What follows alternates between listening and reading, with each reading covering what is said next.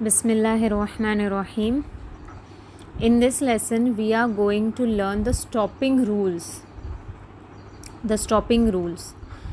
Like in other languages, in English, there is a full stop. Okay.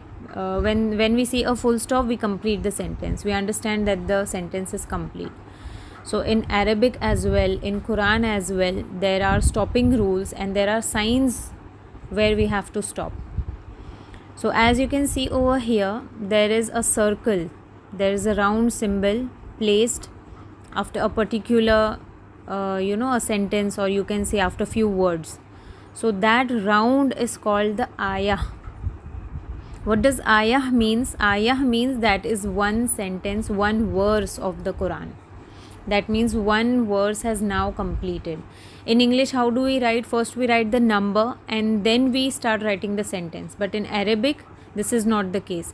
In Arabic, first we write the verse, and then after the verse is completed, there is a round symbol, and in that round symbol there is a number written of that particular verse. Okay, like in Suratul Fatiha, it is Alhamdulillahi Rabbil Alameen.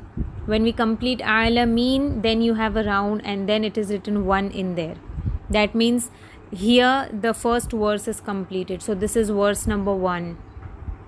Okay, so this round symbol is called ayah, or you can say the stop where you have to complete the verse. Okay, there are many other symbols which we are going to learn later on. First we will understand how to stop when there is a symbol of stopping. Okay, so this is what we are going to learn today. And there are lots of stopping symbols. So what are the symbols and how do we understand them, where to stop, where to join, or where to take a halt? So that inshallah there is a separate lesson for that. We will understand it later. Okay, so now let's see. As you can see, the first line, it says A'udhu billahi minash shaitanir rajim. There is a zair before the last letter mim. But when we have to stop, as you can see that there is a round, that means we have to stop there. That is a stopping symbol. So we have to complete over there. So how do we complete? So there are rulings. The first rule is, if there is a zabar, zair or pesh. Remember these three things: zabar, zair and pesh. So what is zabar, zair and pesh? It is harakat. Okay, harakat, and two zair and two pesh. Okay, so I told you 5 things. What are they?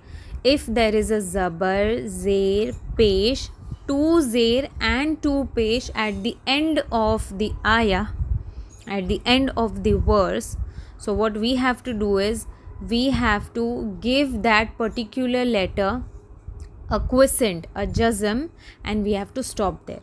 That means we are not going to read the haraka of the last letter. If there is a zabar, zair, pesh, two zair, two pesh over the last letter, then we are going to drop that zabar, zair, pesh and two zair and two pesh, and we have to give it a quiescent. That means we are not going to read rojimi, we are going to read rojim. Rojim. We are going to join the meme with the jim. Okay. I am repeating again. A'udhu billahi minash shaitanir rajim. Not rajimi. Okay, come to the next line.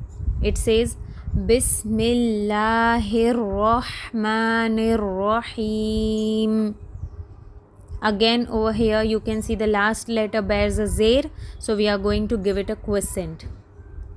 Bismillahir Rahmanir Rahim. Not Rahimi, it's Rahim.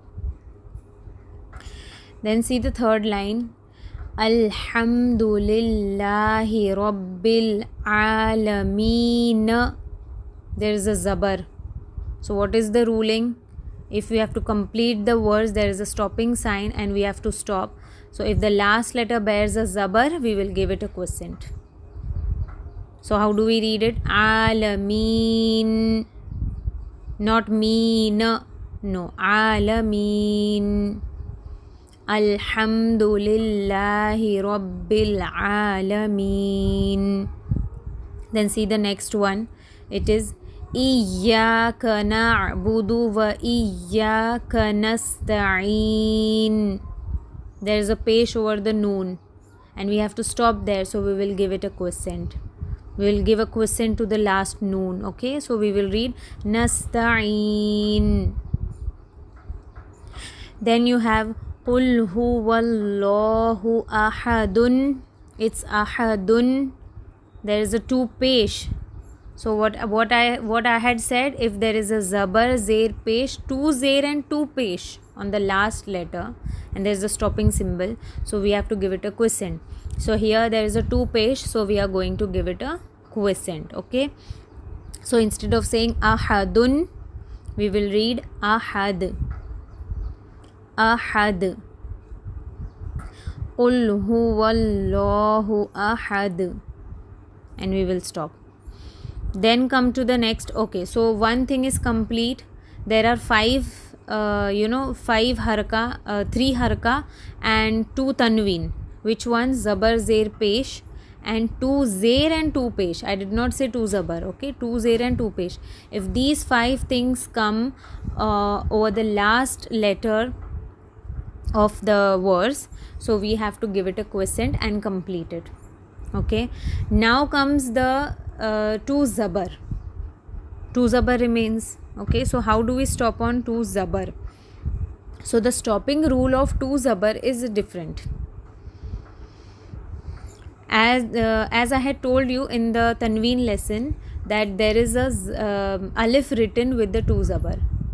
Okay, you can see in this ayah, inna ma'al usri yusran, raw two zabar ron, but there is a alif with the two zabar, and I had told you there that you should not read the zabar over, you should not read the alif over there, but in the stopping rules the alif should be read, and that I will explain you while we read the stopping rules. So here we are. Now we will understand how to read that alif. So instead of reading yusran, raw two zabar ron, we are going to make it an alif madda. What is an alif madda? Alif madda is a alif with a zabar before it. So you can see that there is a alif over here with a two zabar before it. So instead of reading the two zabar, we are going to make it a single zabar, and we are going to read it raw alif zabar raw. Instead of saying yusron, we are going to read yusra. So what is the stopping rule of two zabar? When there is two zabar at the end of the verse, instead of reading that two zabar, we are going to make it an alif madda and read it with a little bit elongation. Okay, so inna ma'al usri yusra, yusra. So this is the stopping rule of two zabar. So we completed zabar, zer, pesh, two zer, two pesh. The second one is two zabar. We completed two zabar. Now let's see the stopping rule of ta, the round ta. See the second last line. It is fiha ainun jariyatun. Okay, it is jariyatun. At the end you can see that there is a round ta with a two pesh over it. Then come to the last line. It says ainin aniyatin. Again there is a round ta with a two zer. And see the last one. It says la tasma'u fiha laghiyatan. It is a round ta with a two zabar.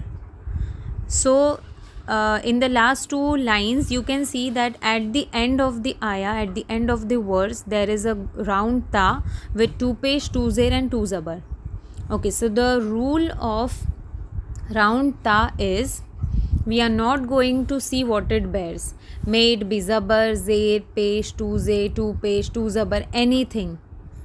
We are not going to see any vowel sound over the ta. Once you see the round ta, straight away we are going to make it ha sakin. Ha sakin means what?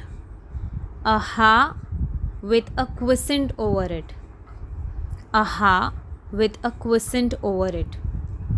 So how do you read it? when we place a ha with a quiescent over it, then see the second last line, fiha ainun jariyatun. Instead of saying jariyatun, we are going to say ya ha zabar yah, jariyah.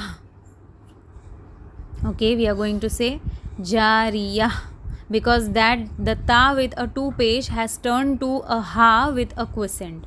So how do you read it? Jariyah. Then see the next verse, it says tusqa min aynin aniyah. It's yah. Then la tasma'u fiha laghiyah. Laghiyah. Okay, so this is the ruling of the letter round ta. When you see a round ta, you are not going to see what it bears. May it bear anything, any vowel sound, you are just going to read it as a quiescent ha. Okay, so this is the stopping rule of the letter ta.